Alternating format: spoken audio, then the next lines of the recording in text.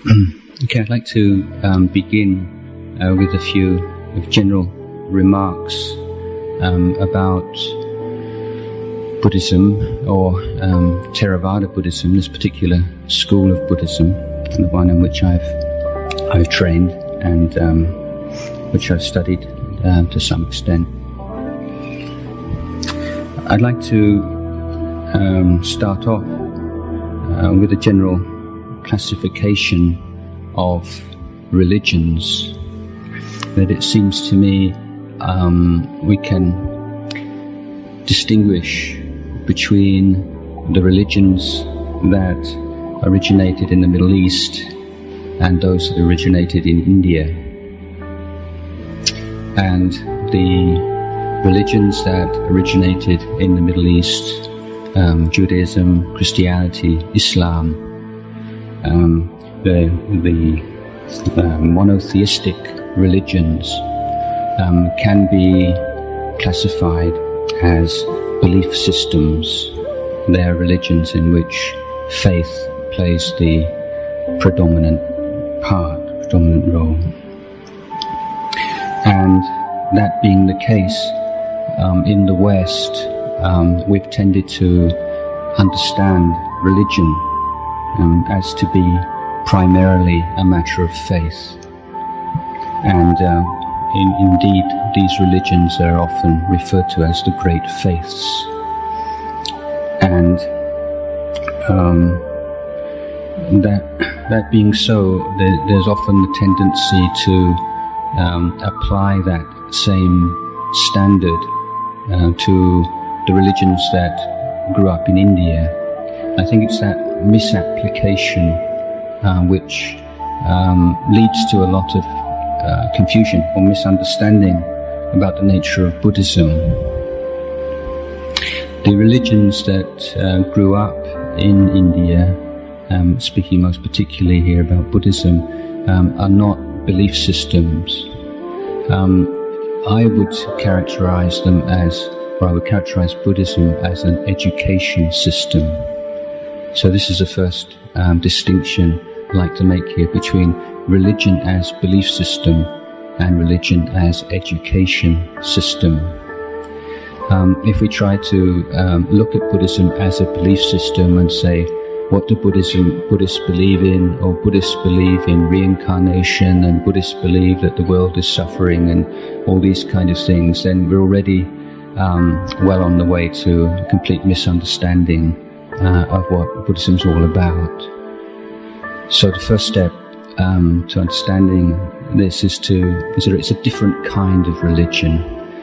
It's a different sort of religion, an education system. Now, what do I mean by an education system? And is there a role for faith in an education system?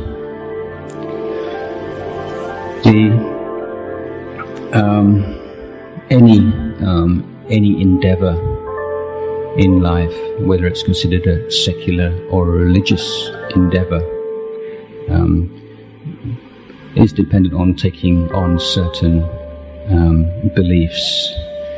Even scientific research is based on certain beliefs about our ability to understand the world through the means of the senses, and certain implicit beliefs about the nature of reality.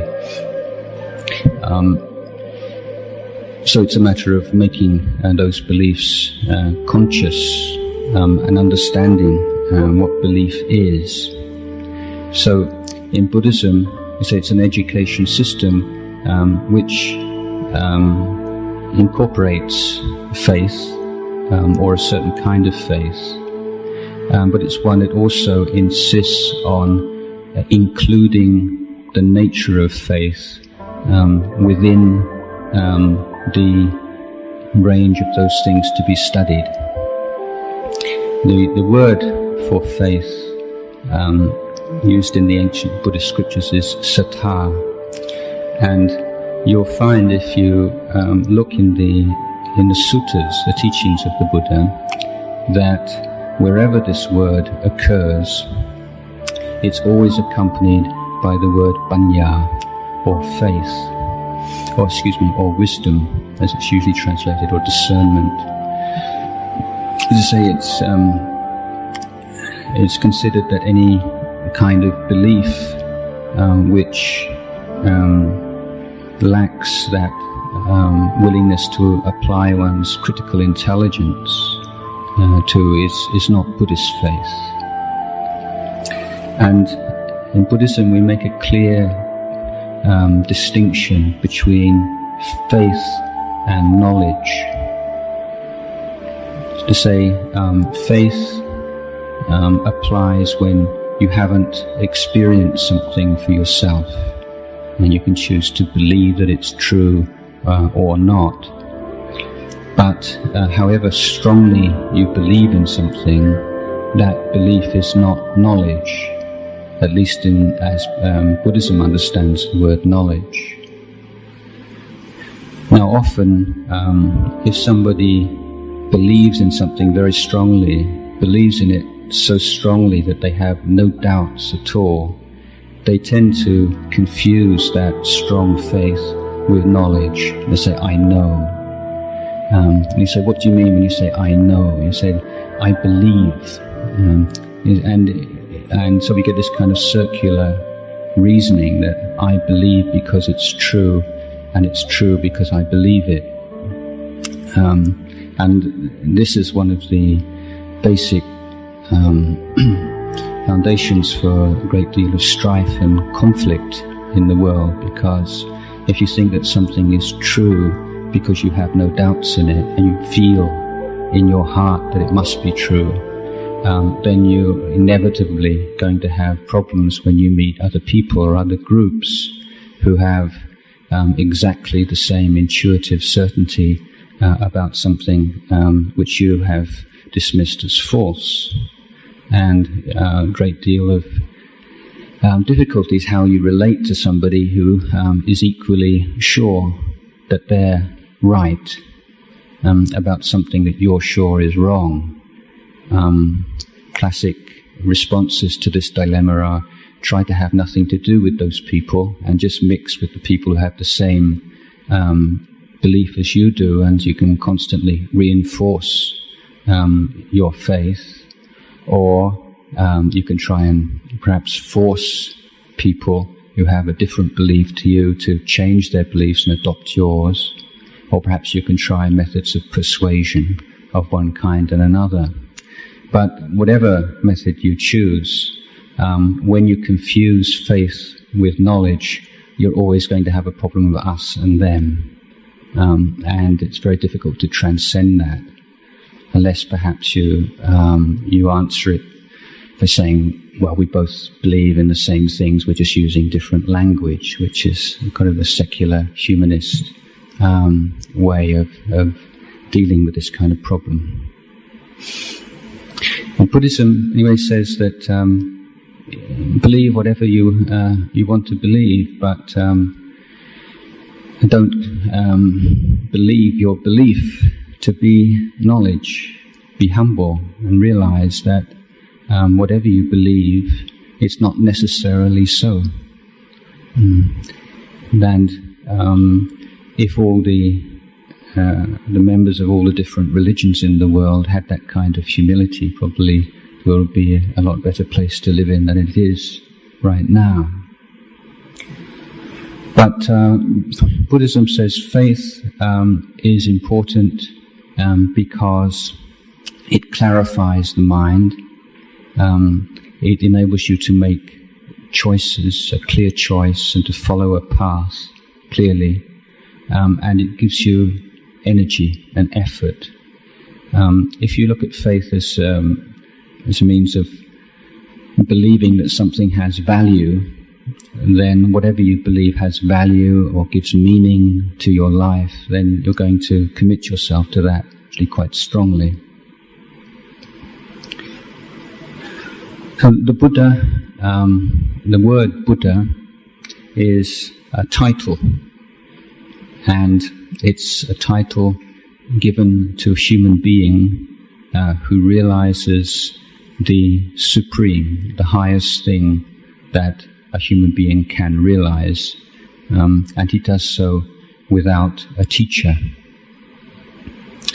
And the Buddha of our era was born 2,500 years ago in India, born into a princely family, and after 6 or 7 years of struggle and experimentation, he realized we call nibbana, or enlightenment, whatever you want to call that. Now the essence of that experience of enlightenment was that every kind of greed, every trace of anger, hatred, aversion, every delusion was completely dispelled, was completely ended. And in its place, his mind became filled with wisdom and compassion. Now, so the Buddhist faith that steps you off on this education process is there is such a thing as enlightenment. It's the highest thing that a human being can realize. The Buddha realized it, and the teachings that he gave regarding the nature of the world, the mind, and the method by which other human beings can realize what he realized is valid, it's authentic, it works. This is the kind of basic faith that a Buddhist needs. So there's no way that we can prove what happened 2,500 years ago in India. But there is an application to our lives in that the Buddha made it very clear that he started off, he practiced, he realized as a human being, and we can say as a representative of the human race. And his enlightenment proved the capacity of human beings for enlightenment, and thereby the capacity of all of us for enlightenment.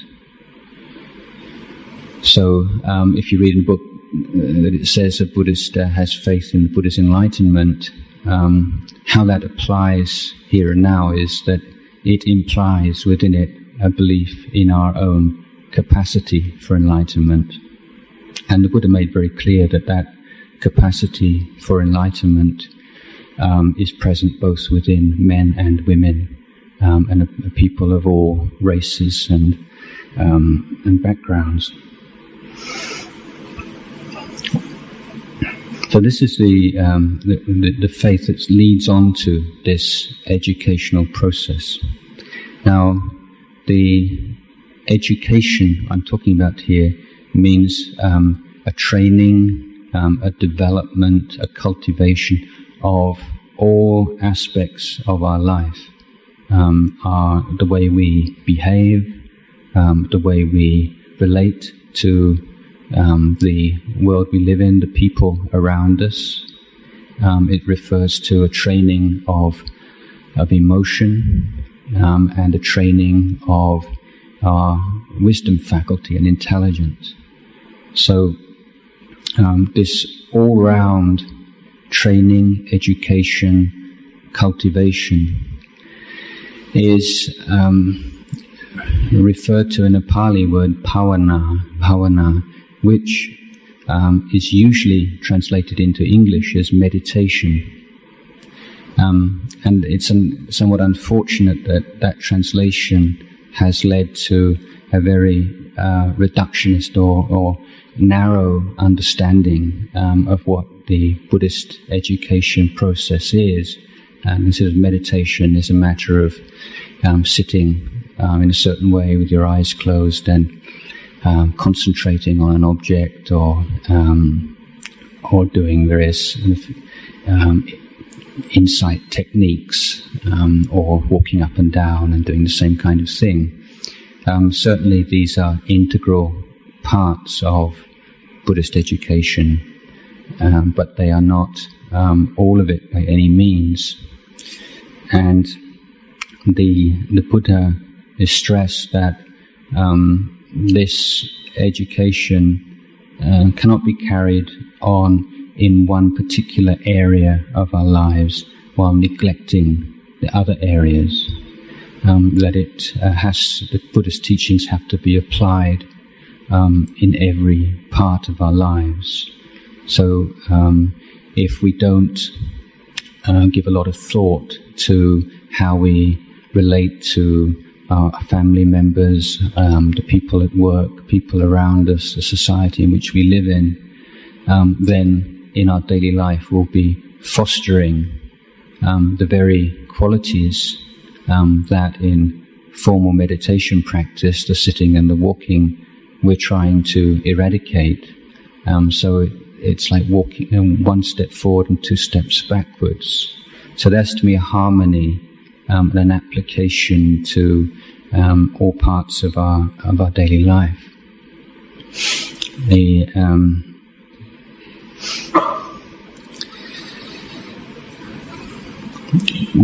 Making my distinction little time at the beginning of the talk between religion as belief system and education system, I think this can be seen quite clearly in relation to morality. Now, in the theistic systems, morality is considered to be laid down by the deity, the supreme deity or God, for human beings to follow and to obey, and there is reward and punishment involved. And because the morality is derived from God, then there is a question of intercession, there's a question of prayer and asking to be forgiven, and so on and so forth. In Buddhism, there is no conception that the Buddha laid down, what's right and what's wrong, and rewards or punishes people. The idea is that the Buddha is someone who understood the nature, human nature, the way things are, the way the world is, and taught the most skillful and intelligent way to live in the world in order to harmonize with those laws. And that being so, the moral code is one which is based on human psychology, and most particularly volition or intention. So the training in morality is a training of volition. Now, generally speaking, we're not very skilled in separating volition from action, especially under pressure, when we don't really have time to think about things. We find we've already acted and already spoken by the time we realize that wasn't such a wise thing to do or wasn't in line with our principles or our ideals. And the Buddha's teaching of mindfulness and being awake and present to our actions seems reasonable, but it's extremely difficult to do. But one of the points about mindfulness is that you have to be mindful of something. Mindfulness needs a peg or pegs. And that's why mindfulness is closely akin to memory. It's a certain kind of memory. Now, as far as morality is considered, the moral training, the training of conduct, of body and speech, the skillful means the Buddha gave us is to voluntarily adopt certain standards of conduct and speech, and to reflect on those often, so that they become almost second nature to us. So that in the case that we might be tempted to hurt somebody, or to speak harshly, or to do something dishonest, then as we consider that action, or as we're about to perform that action, then if we've really given ourselves to this study and training, the memory, the mindfulness of a precept, of a standard, a training standard pops up into our mind, that no, this is against the precept. So it's not that that there's someone going to punish us, but there's this awareness. We become awake in that moment that what we're planning to do conflicts with the standard that we have adopted. And if you have an ability to be patient and just to bear with that impulse to act, then that impulse to act passes away. And it's at that moment that you have a moment of insight, and you see that that impulse is not who you really are. It's a passing impulse, which is the product of certain causes and conditions, and that you don't have to act upon it. And it's here where you drive a wedge in between volition and action, that you first experience a sense of freedom and the ability to choose wisely. But as long as you lack that kind of mindfulness and clear standards to be mindful of, then we're usually wise after the event. So mindfulness means the ability to apply your intelligence and wisdom at the moment when it's most needed, and the moment when there's some conflict and some pressure upon you to act in an unskillful way. So the determining factor is volition. Now, certain acts may seem to be reasonable or to be permitted under certain circumstances, but if one still has the volition to act, then the karma has been created. So, let's say a case of killing another human being. The worst kind of karma would be in the case of someone who plans a murder long in advance and determines to do it in the cruelest, most awful way. Whereas a much weaker case might be mercy killing, euthanasia, or a soldier who's been drafted into the army against his will and forced onto the battlefield and kills somebody else to save their own life. But whatever the reasons might be, and however sympathetic one might be to them, the determining factor of whether karma has been created or not is whether there has been the intention to kill, and whether that attention has been acted upon and is successful. So the intensity of the karma is affected by the reasons, but not the production of karma itself.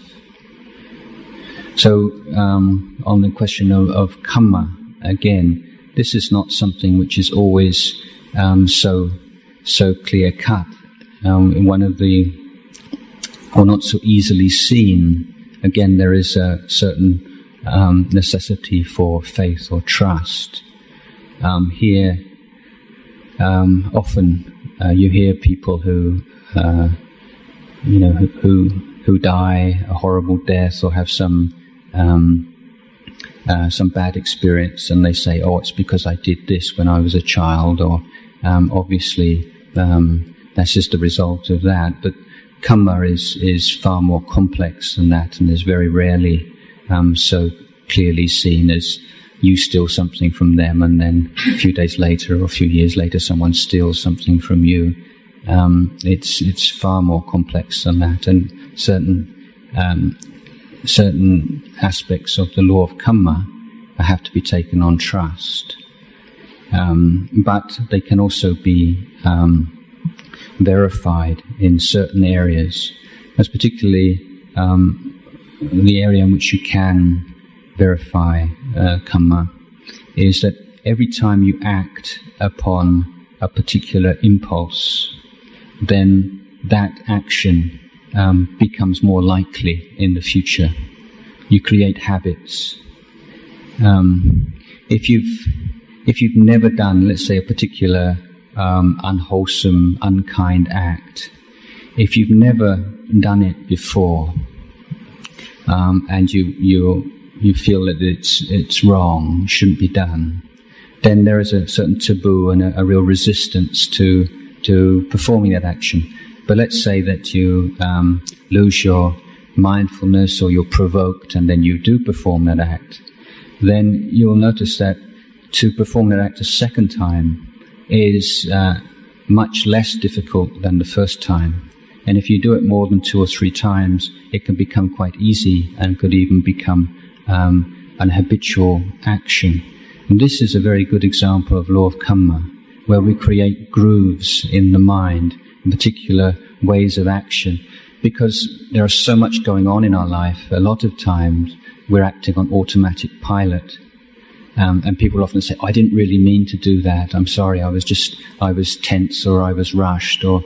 But the reason why that should be the automatic response in that particular situation for you is because of your actions and speech in the past, which have created that kind of furrow, or that created that kind of rut in which your mind falls most easily. So the Buddha then stressed that karma is created by volition, and that morality, to be strong and a part of this Buddhist education, is one which we need to be mindful of volition, and we're mindful of volition by having precepts to be mindful of, which illuminate volition as a impermanent mental phenomena arising according to causes and conditions. And this is not a philosophical concept, this is something that you can see quite clearly for yourself. But what is particular about Buddhist morality is that it's considered to be part of a training, and that it is intimately connected with the other parts of the training. Now, if you act in unskillful ways and speak in unskillful ways, then almost inevitably you're going to feel guilty about it afterwards. If you don't feel guilty, or you don't want to feel guilty, maybe you may justify it to yourself, or you may kind of repress what you've done or make excuses for yourself, but there are traces left there. Now, if you live a very busy, superficial kind of life, a lot of distractions, a lot of things going on, where you don't ever have to be with yourself very much, then you may not notice this so clearly. Whenever you feel uncomfortable with yourself, then go and have something to eat, go and watch a movie, chat with someone on the telephone, do something. But if you start to apply yourself to an inner cultivation, practice of meditation, where you're willing to abandon distractions and to be completely present with yourself, with your own mind and body, then all the things that you can keep under the surface in daily life become very apparent to you. And often it can feel like you're actually going backwards when you start meditating. You see a lot of anger and irritation and kinds of things can pop up into your mind, and you think, before I meditated, I wasn't like this. I was a really nice person. I didn't get angry with people. But a lot of things that you've been holding down will just kind of bubble up to the surface. But what you'll see particularly is that you don't get away with anything. There's nothing free, and that if you can be sitting and meditating and everything's going quite well and you're quite mindful, and suddenly up into your mind pops memory of something mean you did yesterday, or something unkind you said to somebody, and it can not just be yesterday, it can be a week ago, a month ago, years ago. And it's as if we have a kind of a tape recorder or some kind of a device within our mind that, as we become more clear and more relaxed, then the memory of these things comes up in our mind. And it's here that we'll see just how important it is to be scrupulous, careful with regards to how we act and how we speak. It becomes very clear in meditation that no great inner peace can be realized unless one sorts out the quality of one's actions and speech in daily life. Now, the practice of meditation is one which includes, I'm talking about cultivation of the mind here, is one which includes various kinds of techniques. But particularly, I think, in the West, where it's information-oriented, and we think that problems can be addressed, can be dealt with through more information. That when we start to meditate, we think if we get all the information, get all the tricks and the techniques and everything just down, then we'll be successful. And this is why meditation, I'm using this in a more kind of loose way here, is a very humbling activity, because it's not one that you can use willpower in the same way. Willpower is something which is of use for the practice or the training of body and speech, being self-disciplined, being able to refrain from things that you like, to defer gratification in certain cases. But on the level of the mind, making a firm determination and gritting your teeth and getting down to it, and is not always that successful, because the mind has to be in a very relaxed, pliable kind of state, and it's a skill and an art to train the mind. Now, if you read books about Buddhist meditation, often the wisdom side is emphasized. The vipassana side is emphasized. And indeed, in the States, a number of places in the West, people prefer to refer themselves as vipassana practitioners rather than Buddhists.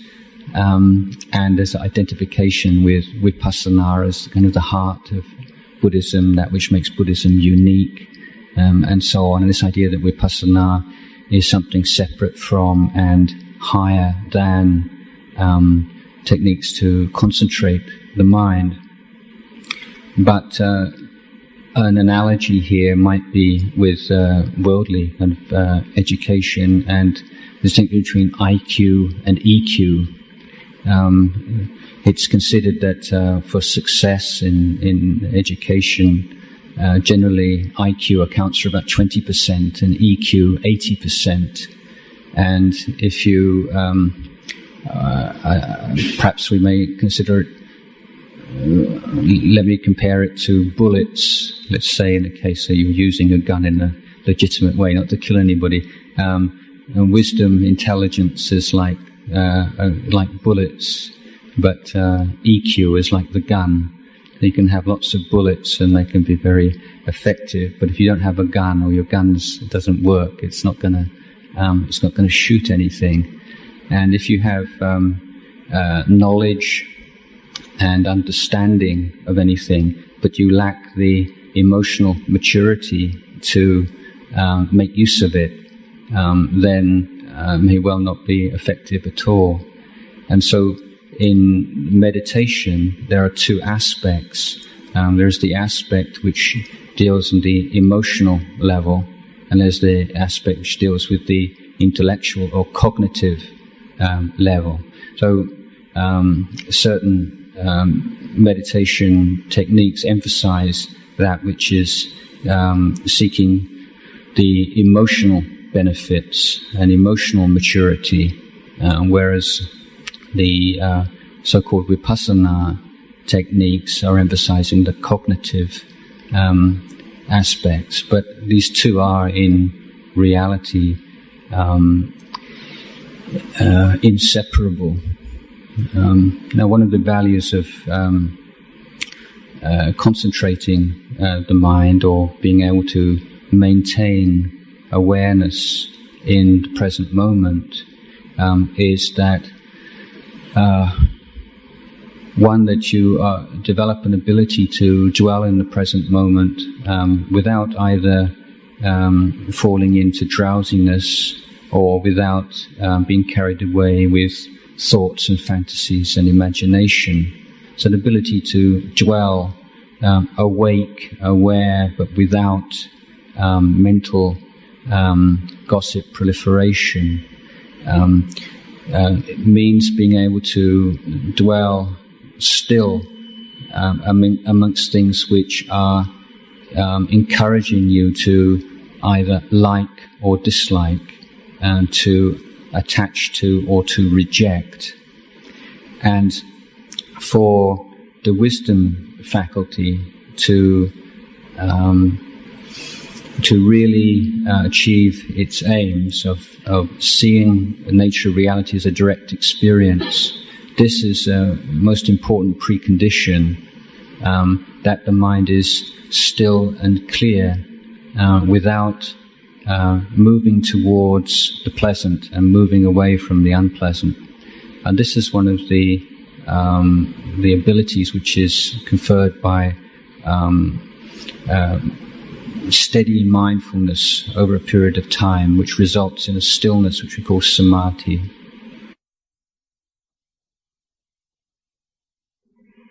Now, another aspect of this is that when the mind becomes still and calms down, it gives rise naturally to a sense of bliss and a very deep, profound kind of happiness. And this is a wonderful discovery, because we've all of us heard, I'm sure, since we were kids, that true happiness lies within, and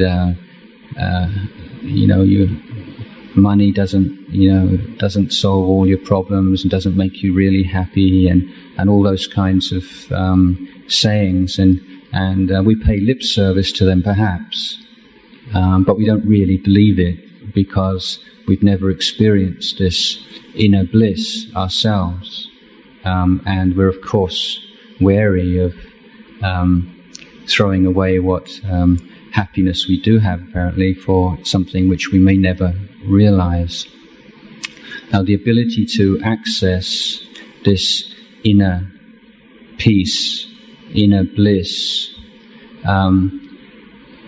you can call that a samatha, or a accomplishment of concentration, but it has great implications for the whole way we understand ourselves, we understand life, the way that we conduct ourselves.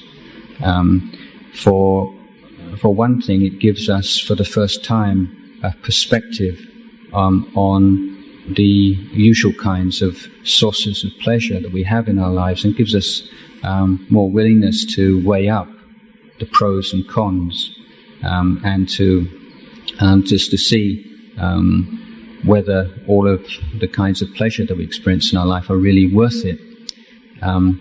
But even if we weigh them up and we consider that they are worth it, then we will at least not be drawn into acting in immoral or harmful ways through a desire for that happiness. It's like if you've got a huge amount of money in the bank, even though you may still say, let's say you win the lottery and you have a huge amount of money, you may well still decide that you still want to carry on working because you enjoy working, even though you don't need the money anymore. So even though you would decide to carry on working and receiving a wage, even though you might not strictly need it, it's highly unlikely that you would be dishonest or try to cheat other people because there's no need. And similarly, when you have this kind of inner peace, then inner happiness, then there's no need to be acting in unskillful, harmful ways out of this sense of inner lack and neediness. So that access to inner peace, inner happiness gives us this contentment and gives us the ability to and the courage to look at our minds more and more clearly. Now, one of the teachings for which Buddhism is very well known is that Buddhism teaches that life is suffering.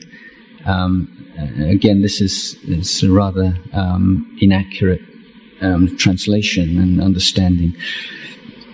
Let's say, first of all, that the word dukkha covers a very wide, huge variety of experiences. Sometimes it's translated as unsatisfactoriness. Can also be translated as lack, the sense that we lack something, no matter how pleasurable we find things and however well life is going. There's always a sense that there's just something we don't quite know what missing. It's not quite right. It's not it yet.